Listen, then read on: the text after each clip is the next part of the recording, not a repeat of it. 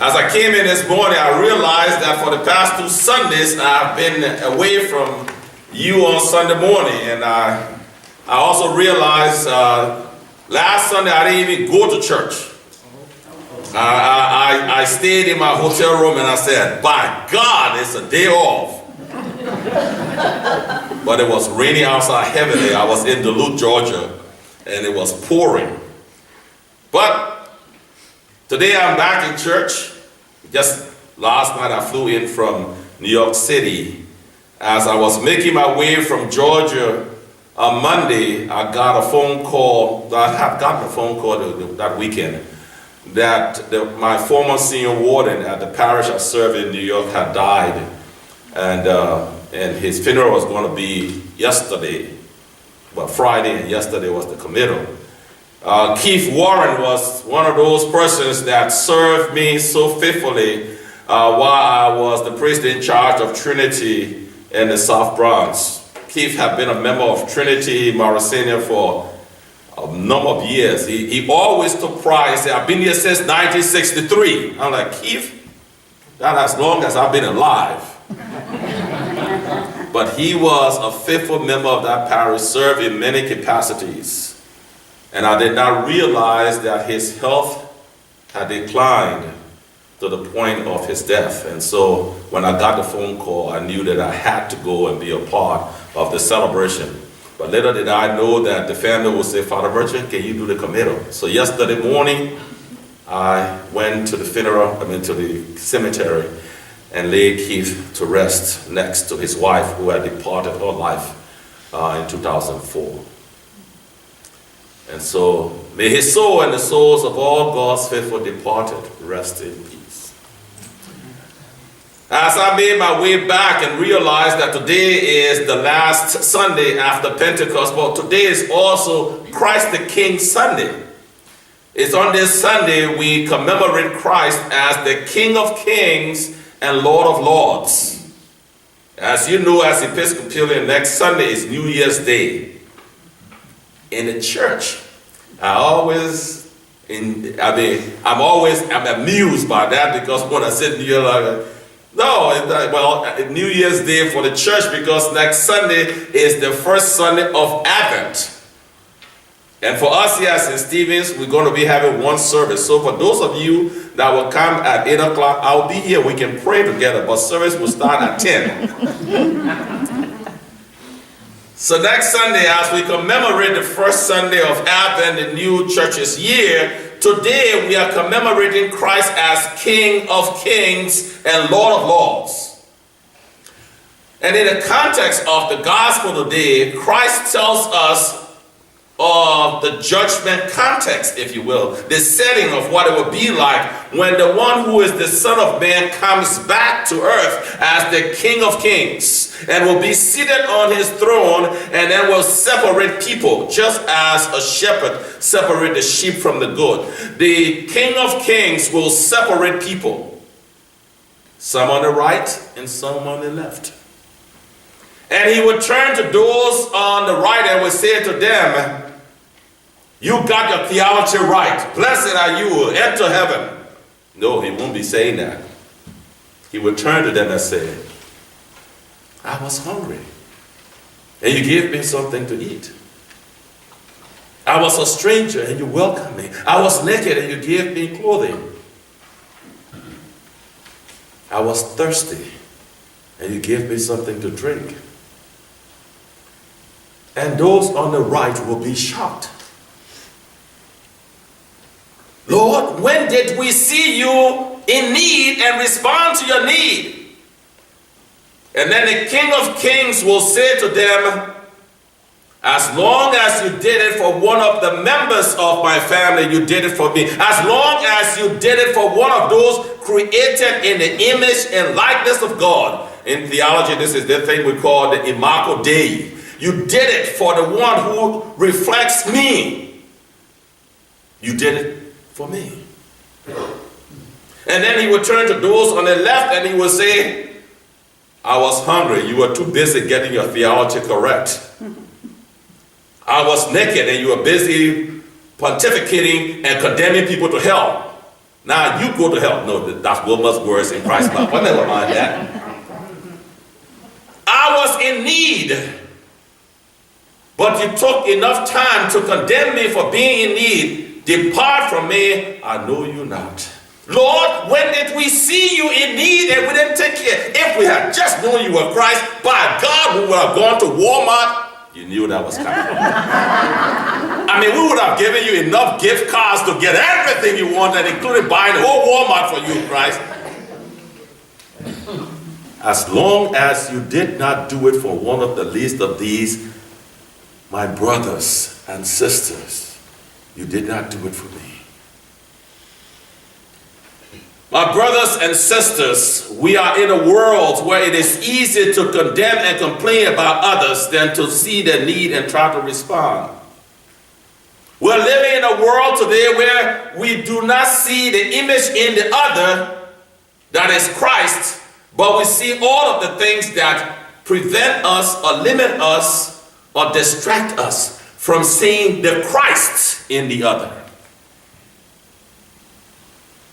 And Jesus, in this context of the judgment, says, I was hungry, you gave me something to eat. He didn't say you went to church regularly. He didn't say you gave your pledge, just in case you have not completed your pledge card, you need to do that, but never mind that. Just in case, you saw me in need and you responded to my need. It's not because you went to church, you completed your pledge card, you did all of these things, you took care of me. Lord, when did we see you in need? I was that little child that you responded to. I was the young man with my pants hanging down my backside, and you didn't see my pants, you saw me and realized that I needed someone to just stop and listen to me.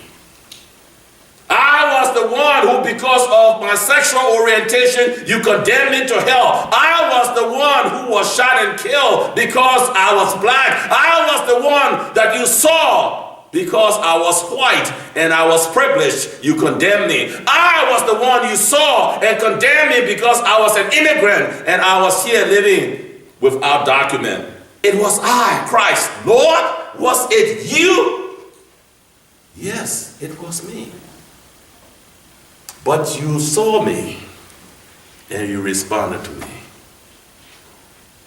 Blessed are you, for you didn't see all of those things that have been distractions. You saw me and you responded to me. That's the premise on which the judgment will be executed. It is not on how right we had our theology, how well we did the services, and by God, all of the vestments and the utensils we use for the Eucharist and all of those things. None of them will matter if we don't see the Christ in the other. And you know as well as I do, that's not easy.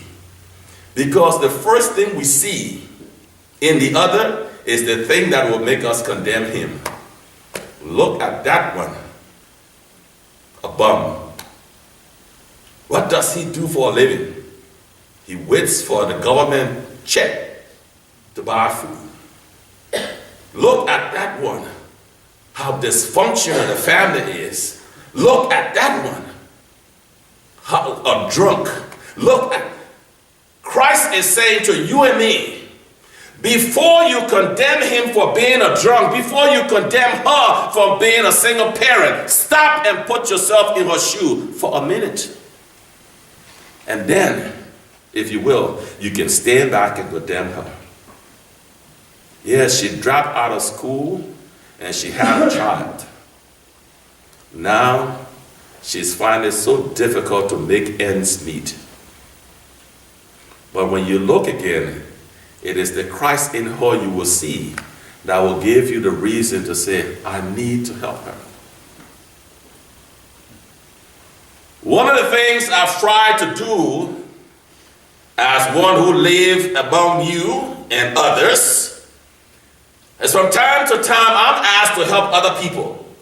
And I have to make a judgment call. Do I help? Do I not help?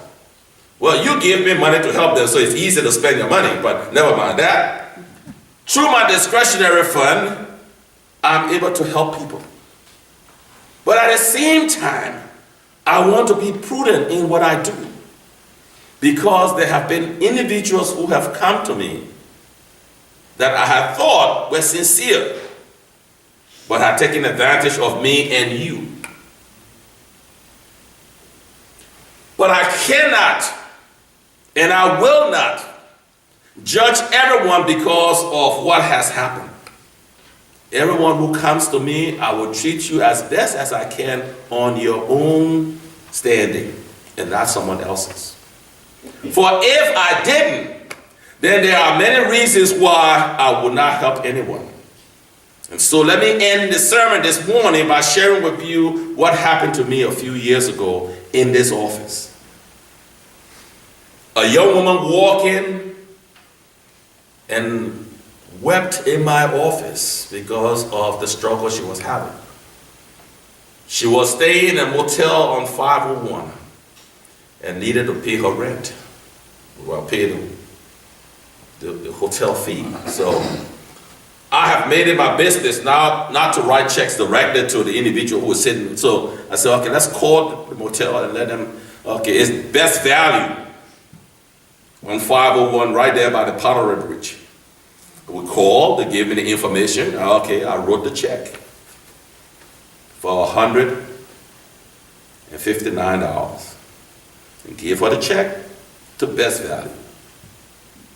I remember it because a few years ago, just around Thanksgiving was when that happened. The young lady left my office, went to Myrtle Beach, went to a check cashing place, changed the 1 to a 4, so instead of 159, it became 459. And the check cashing place cashed the check. I don't know this has happened. And all of a sudden, I get my statement for my discretionary account, and by gosh, who on earth did I write $459 for? I'm anxious to, well, no, it was not an individual, but the name of Best Value had been erased, and her name had been put there, and the number had been changed, and the check cashing place had cashed that check. When I got my statement, I went to MBSC and said, I didn't write this check. He said, we can't do anything about it. It's been taken care of because it's already run their books and everything else. So I went to the police station in Myrtle Beach. And when I arrived, surprise, surprise, they were already looking for this young woman. She had done something similar in Savannah, Georgia. So I told them, I gave them the whole thing, and that was it. Would you be surprised to know that she came back to me again? When she walked in the office, Judy almost fell out of her chair because she came back. I said, she doesn't realize that I know what I know. But anyway, she came back and similar story, and I let her explain the story to me, and I said to her, young woman,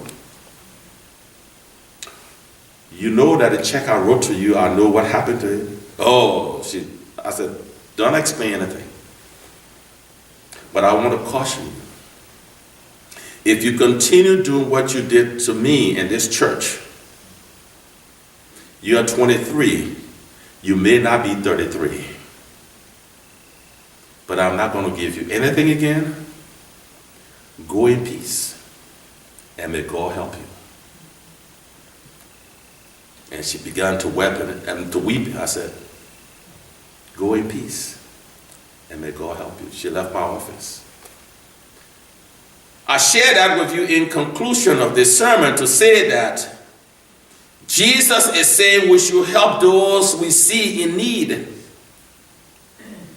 And yes, like you, I have to second guess people at times.